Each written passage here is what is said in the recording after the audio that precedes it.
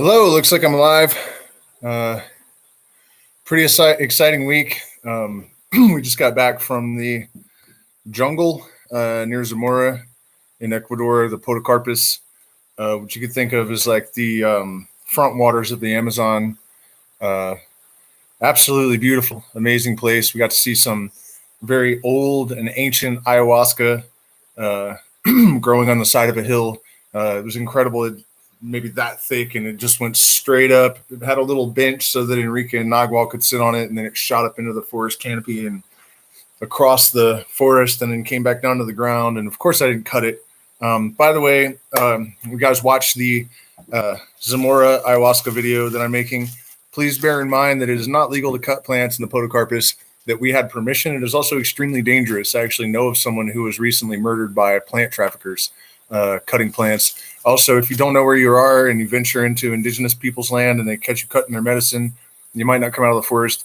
You have to remember that here in Ecuador, there's not a lot of chances of an investigation even. So the people that are dangerous are totally dangerous. And also, of course, you want to respect laws. And but at any rate, we did have permission, and I was able to cut a small vine. Here is a piece. This one is white. Well, there's actually two. This one is a piece of white ayahuasca, which is more mellow. I guess you would say like less harmalas. It's a lot lighter, less vomiting. And this is the red ayahuasca. It is a little bit stronger, a lot stronger, maybe more purging, maybe stronger, more coherent visions. Of course, the black ayahuasca, the negra, is a lot of people say that it's only really messed up people to drink black ayahuasca, which is absolutely not true. I think it's just very strong. It causes a lot of purging, and it can be difficult for a lot of people to handle. So, okay. So we're not going to focus as much on the myth busting element. I'm sorry about the thumbnail. For some reason, YouTube is not updating. When I just try to change the thumbnail, it just doesn't happen sometimes. So the first thing I want to address is this idea that ayahuasca is becoming threatened. I've seen these articles in a lot of the plant medicine groups, and it's not true. It's just absolutely not true. Ayahuasca is a very common plant around Iquitos, where the industry, the heart of the industry, it is true that it's becoming more and more difficult to find, along with chacruna.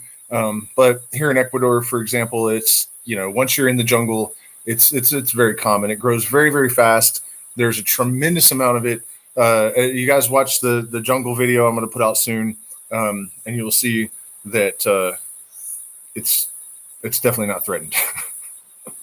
So I'm not trying to discourage sustainable practices or farming ayahuasca, keeping people out of the jungle. We don't need people getting killed by plant traffickers. We don't need people encroaching on indigenous people land, but ayahuasca is not threatened.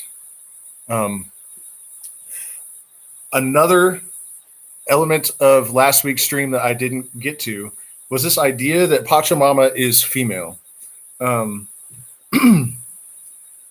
In my experience, there is sort of this reina, like a queen of the realm of ayahuasca. But I have encountered all sorts of different apparent spirit beings of all different sexes. And there is sort of this like, I don't even know what to call it. It's like the summation of all of the lower spirits or something. It's like, it definitely seems like there is a woman in charge, and but that's not all ayahuasca is. And I read a study a while back that they actually, after the experience, people that had no preconceptions of whether or not Pachamama was male or female, actually it was pretty much split down the middle afterwards, whether they had experienced a masculine or a feminine presence. And from my point of view, and again, I'm not trying to negate anyone else's ideas or practices or whatever, but I think we do have to acknowledge, if we're trying to get like an objective perspective on what is going on for real with this medicine, that there isn't really even consistency amongst the tribal peoples. They have different opinions about what this is. Some shamans will even admit that they really don't feel like they know any better than we do sometimes what is really going on in there. But I do have a theory, and it's partly based on this idea that Terence McKenna has, that psychedelics bring down different filters in the nervous system that are there to filter out the absolutely overwhelming sensory input from the universe. We perceive less than 1% of the full spectrum of light, and I think it's reasonable to assume that there are a lot of other forces that or constituents, energy, for example, that would make it very difficult to hunt a deer or to engage in practical behaviors if there are these like pulsing energy patterns everywhere. And it's not that they're not really there. They're not really true hallucinations, which is when you perceive something that is totally just generated by your mind. And specifically that you can't distinguish between, for example, the hallucinations of a schizophrenic would be true hallucinations, whereas these fractalized patterns that we know are generated by, we know they are part of the experience, I think would be more apropos. And so I've had a number of experiences that suggest to me that independent of animals, humans, plants, the Kabbalion, if you guys study Hermeticism at all, it talks about how gender is in everything. This is expressed in a lot of languages where, in Spanish, there's the masculine form and the feminine forms of different words. And so it's present in everything. And it is present in the universe independent of these manifestations of animals and plants and gendered beings, right? They are forces. I had a very tremendous experience with LSD actually in Northern California for the first time that this happened, talking to the girl that I was dating at the time. And we both suddenly started to embody the masculine and feminine consciousness as if it was the general masculine and feminine speaking through each of us. And so basically, long story short, it presented this idea that the feminine is the space, it's the material, it's the mystery, it's the darkness, it's all of these things that we associate with the feminine. But these aren't just mental associations, it's a real thing. And the masculine is that seeks and imposes order and conceptualizes, and then the feminine actualizes. And I remember one moment specifically and it was the moment when I realized what was happening. She said, she got kind of angry and she said, "You'll never figure me out." And I was like, that's the fucking point. And I think that was the moment when I really got it. Like, that is the point. This is about the masculine seeking through the mystery of the universe and discovering all these things. And then, eventually all of the potentials and all of the possibilities will be exhausted. The universe will collapse back into the singularity and explode in another big bang and start all over again. And we're getting kind of off subject, but what I'm saying about that is I think that the tendency for people to perceive the ayahuasca spirit as feminine is that we come to ayahuasca generally for emotional healing. And this kind of nurturing energy is something that we associate with the maternal and the female. And so I think that when you bring down these filters, because the brain responds to our direction, somehow consciousness is able to, activate and engage different parts of the mind. And that's how we learn. That's how we intentionally create our psychological constituency to the degree that we're capable.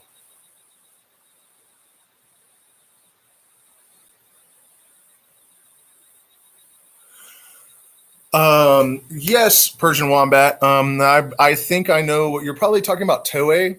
And it's not so much that the plant is so powerful that you only need one leaf. I actually discourage, again, I'm not trying to put down anyone's tradition. But I am taught in the Shuar way. And according to the Shuar tradition, the vomiting and purging is, that is how we expel the traumas. It's a cleansing that is more than physical. It is also emotional. And so the Toei, or it used to be classified as a datura, and I mean, but if you look at the flowers, or they hang instead of going up, which is why it was reclassified. But it has identical flowers, much larger, but very similar to a Jimson weed or Datura metalloides or any one of those.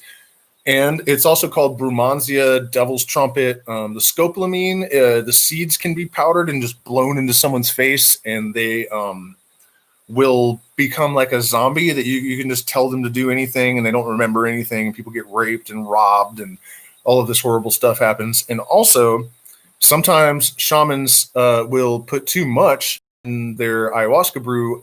I think this doesn't even necessarily mean that they're a bad shaman. It just is... I think white people or Westerners, we don't have quite the constitution that a lot of indigenous people have.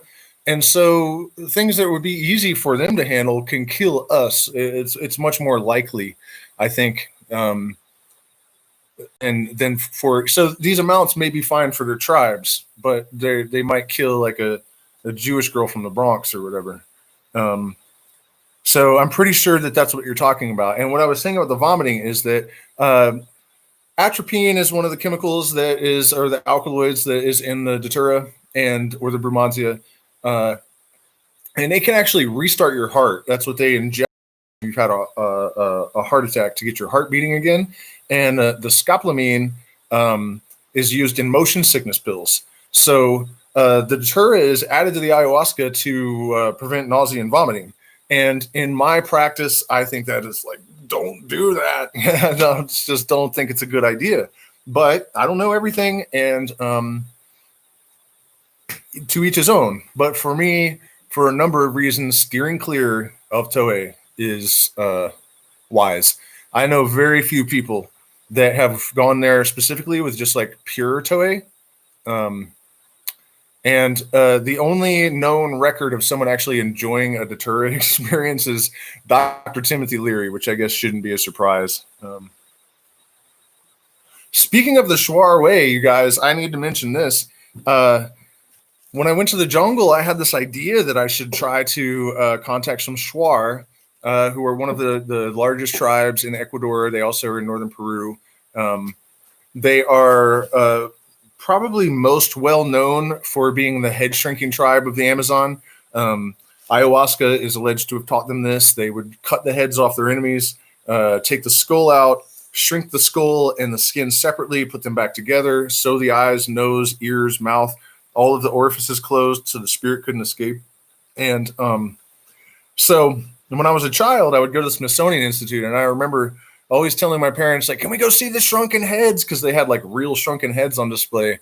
And so when I came to Ecuador, that's the shaman that I became associated with the most closely, was taught in the Shuar way. And I've had a fascination with the Shuar, Warani, and a couple of other tribes here specifically since I was, 10 years old. So partly due to this relationship with this one shaman, it appears that I'm going to get special permission to enter into some sacred lands, guided by a Shuar shaman. And it started out that this was just going to be in Gualaquiza. And then I contacted another Shuar who was very receptive to this. He's in Puyo, which is amazing, but it's on the other end of the country.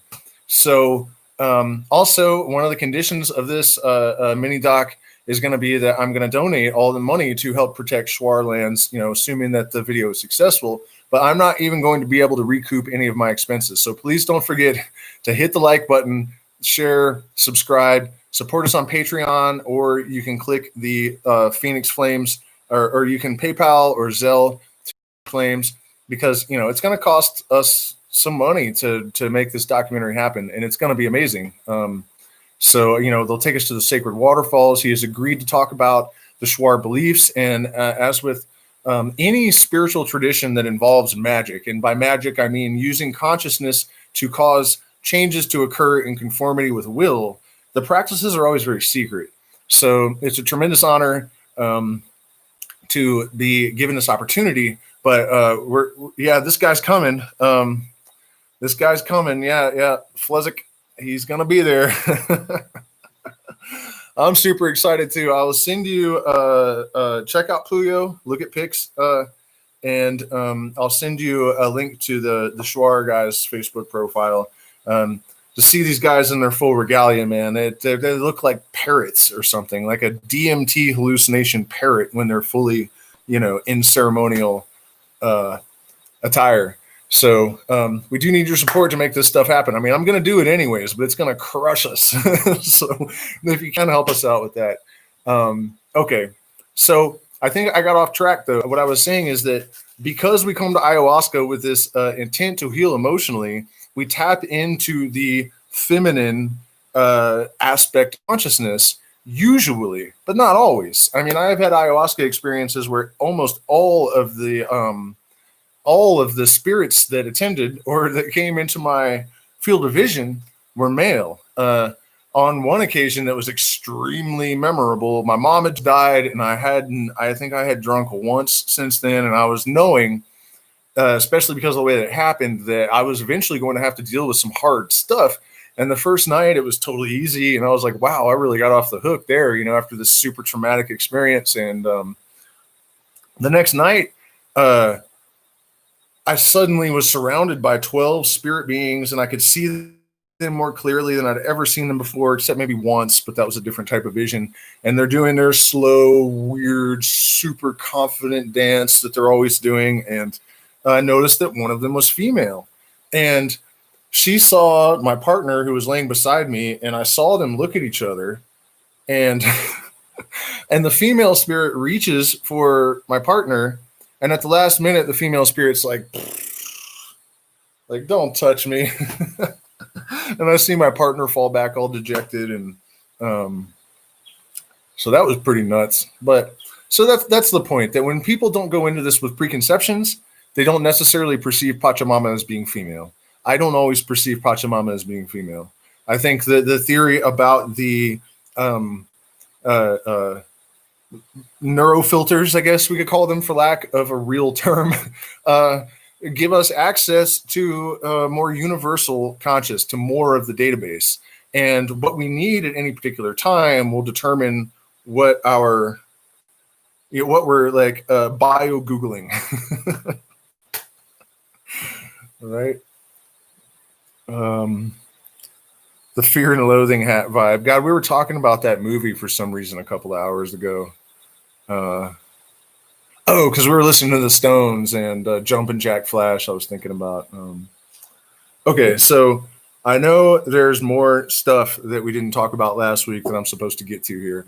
I know we kind of talked about the dieta and how a lot of it is really just modern nonsense. I still very strongly encourage people to follow it just in case, but I can't deny the evidence of my senses. And, we also talked last week about how whatever has become the predominant expectation, a lot of the shaman from tribes that do not observe any dieta, for example, will just tell you what they know you're expecting to hear. And I've actually seen if they or we don't do that, people will think they're fake.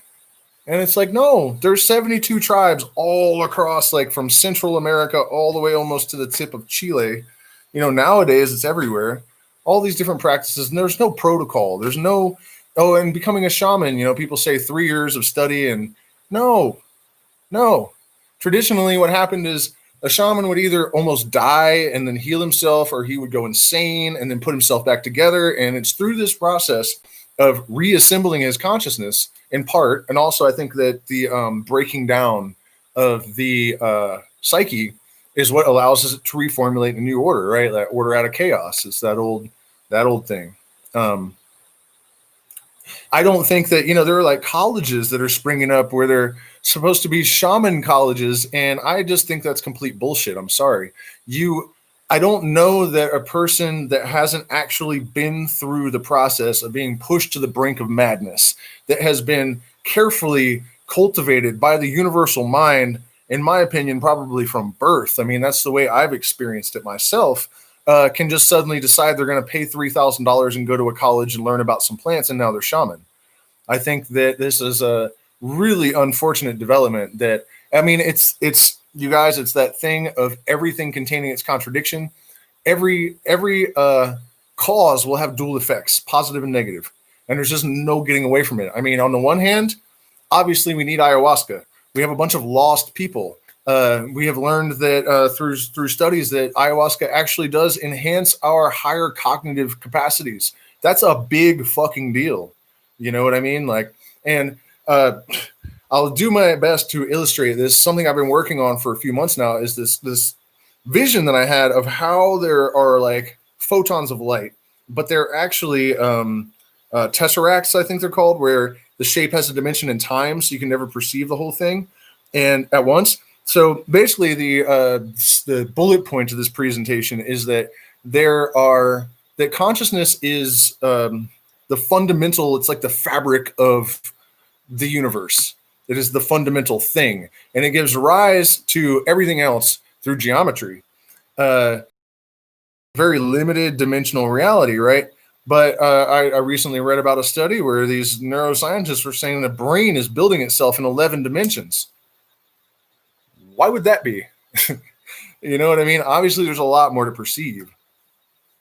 And so I think that one of the reasons that ayahuasca does what it does in terms of enhancing our ability to, enhancing our cognitive higher cognition, is that we are confronted with things that our brain has to adapt its physical structure to even process, right? So you're watching things happen in 22 dimensions, and and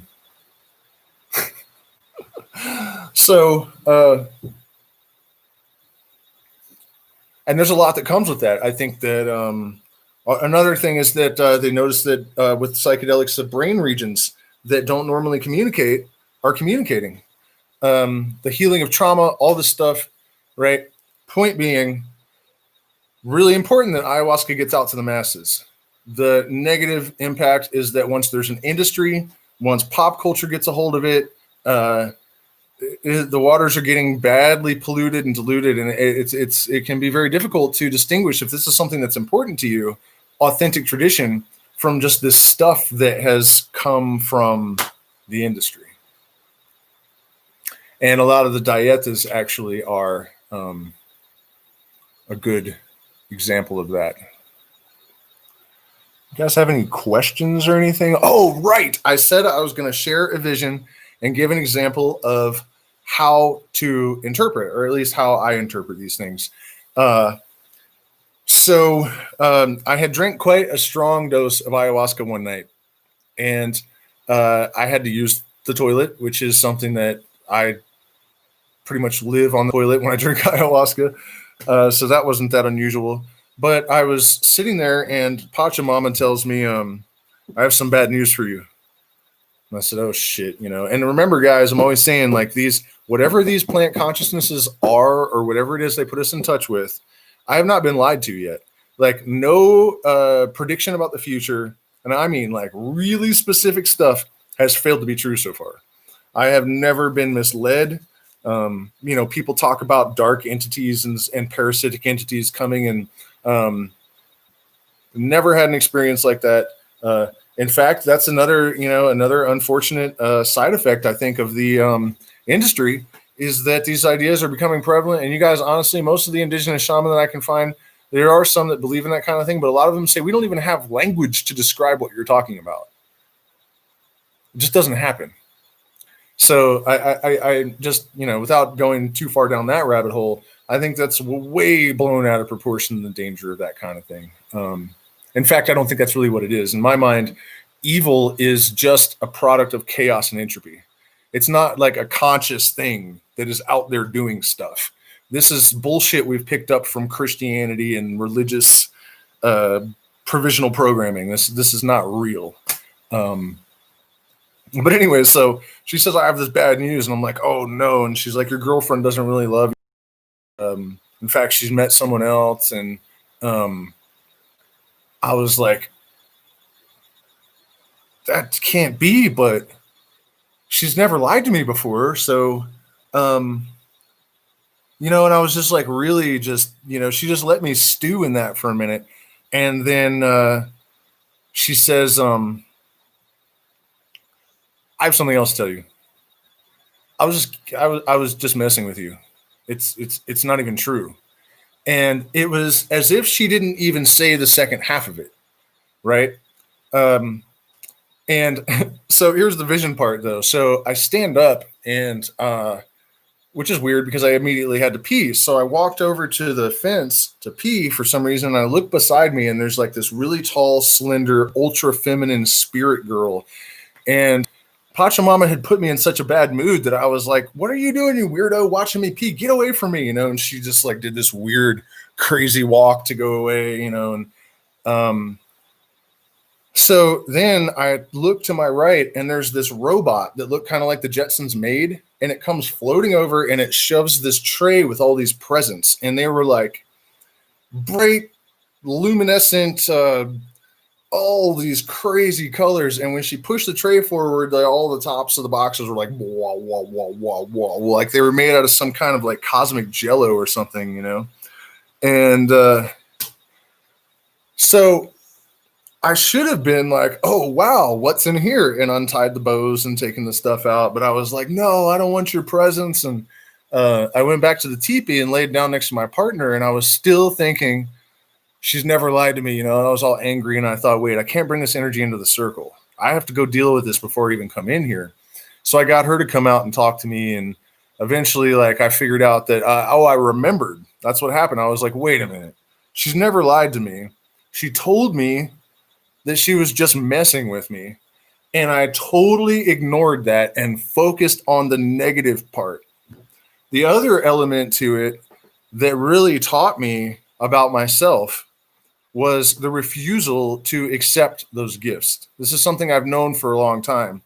But so I guess that's what I'm kind of trying to illustrate is how ayahuasca works and the way that it communicates. And in the moment, it's so weird and it can be so baffling that it can be very difficult to understand what it is that's being presented to you. So I just wanted to share that as, the way that I was given this tremendous insight into my own psychological disposition and aberration, shining the light where I had refused to look. Right. So I've read a lot about Brumanzia scopoline, awesome perspective. Yeah, I mean, I'll tell you guys just because we're on the subject, this is an incredible bit of trivia, plant medicine trivia, right? Everybody knows the classic image of a witch riding on a broomstick. What a lot of people don't know is that the origins of that are as follows. A flying ointment was made by witches, I guess. I mean, I don't know what we would really call their practice. And it consisted of ingredients like mandrake, which is said to only grow under the gallows where blood and semen had mixed because, when you're hung, all of your body fluids go out down your leg or whatever. And so that was a legend. And they would tie a dog to the mandrake that was starved, and then they would throw a stake just out of his reach and then run away because they said that when the mandrake was pulled up, if it screamed and you heard it, you would die. And the mandrake, actually, the males, the root of it looks male, like a human male, and the female looks like a human, like a doll of a human female. It's one of the fucking craziest things. It's like I said, man. That expression of the masculine energy and the feminine energy in the universe manifest in everything. And I think that that's one of the ways that nature just gives us clues, right? That this expression of the divine influence in these plants that allows us to identify them as the plants that are going to have some kind of connection to that energy very directly. They physically express it. Right.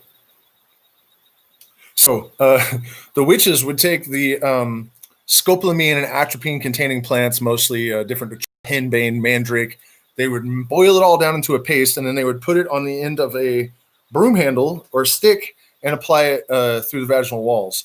And so that is where this image of the witch flying on a broom actually originates, which is okay. If you guys don't have any questions, and nobody, I mean, if you guys saw anything in the description that I missed, I guess we'll wrap it up.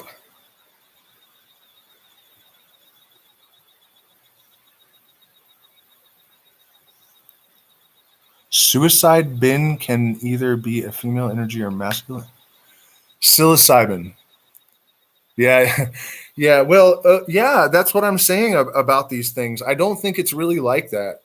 I think that it is, it's like once you bring those filters down, your subconscious mind, or maybe they're communicating. So your entire being knows the energy that it needs to connect with. It seeks it out, and it attenuates into that frequency so that you can get the work done that you need to get done. And so, yeah, but I think we pretty much covered everything we didn't cover last week. I want to thank you guys so much for spending this time with me. And I have no idea what we're going to do next Friday, but we'll definitely, you guys go ahead and drop some suggestions in the comments if you like. Keep your eyes out. The Space Rock video is coming in a few days. So thank you so much for watching. Click the like button, share, subscribe, support us on Patreon if you can, and we'll see you again soon.